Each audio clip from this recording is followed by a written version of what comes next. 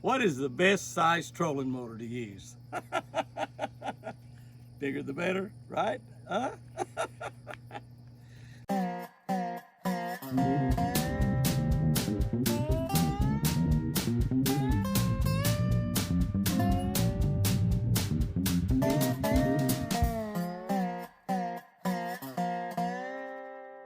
Good morning, guys and girls. October 18. October 18. Let's look in the book of Psalms.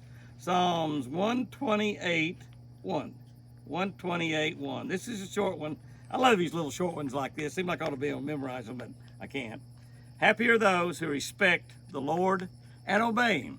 Happy are those who respect the Lord and obey Him. You know, if you respect the Lord, you're probably going to obey Him. If you obey Him, you're showing Him respect. You're honoring Him. And anytime you honor God, you know my belief, anytime you honor God, God is going to honor you. Absolutely no doubt about it. I've got many rules of thumb in fishing. These are rules I follow wherever we're fishing. One simple rule is the bigger the bass, the bigger the baits, catch bigger bass. Another rule is to fish a spinnerbait at a depth just before it goes out of sight. I could stand here and cite rules of thumb all day long. You need to have your very own set of rules to fish by. They can be quite a bit different from mine, but they must have a foundation of facts and experience. Follow these rules and you will catch more fish. You need to have rules for the direction of the wind. You need to have rules for whether it's cloudy or sunny. Just little rules of thumb that you can try no matter where you are when those certain little situations happen. And you use your rules of thumb to be able to catch more fish. Although the Bible is more than a book of rules. And let me tell you, a lot of people think the Bible, that's all it is, a book of rules. Don't do this, don't do that, don't do that.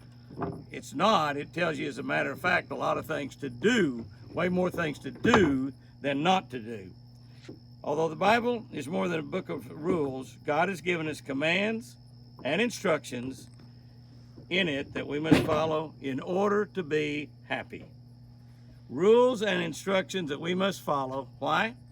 To be happy. That's what we want to be. The Bible is a book that teaches you how to be happy. My rules of thumb help me catch more fish. God's rules of thumb, He's got a pretty big thumb, are designed to give us, you and me, a fuller, a richer, and a more complete life. That's right. That's what God's rules of thumb are for, to give us a fuller, a richer, and a more complete life. Are you listening there? Are you listening? Huh? Are you listening, buddy? Are you listening? Are you listening, pal? You sure are getting big. If you had a big old set of horns on you, you'd be pretty impressive, but you got little bitty horns. I said, don't talk about me like that, Jimmy. All right, here's our tip for this week. And we was talking about a trolling motor, and I pretty much gave the answer when I said just get the biggest one you possibly can. Use a 36-volt trolling motor if you want to cover a lot of water. If you want to cover a lot of water, you got to have a big trolling motor. Get a trolling motor really a lot bigger than what you might need. If they had a 48-pound thrust trolling motor, I'd probably use a 48-pound thrust trolling motor. I use 36s. I use a 24-volt. Even on my little tracker aluminum boats, I use 24. You get a more powerful trolling motor than you think you might need, that you think you might use, because it's really, really important. Let me tell you a little quick story. Back when we first started fishing, I kind of made a bass boat out of a little 14-foot V-bottom Lone Star boat. I had a little, 15-horse Mercury or something like that on it, and I might have had a 20-horse, but anyway, a little motor on there, just tiller motor.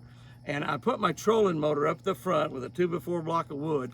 And we had this big old silver troll. They were about this big a motor, about that big around, about that long, and a big old prop on it.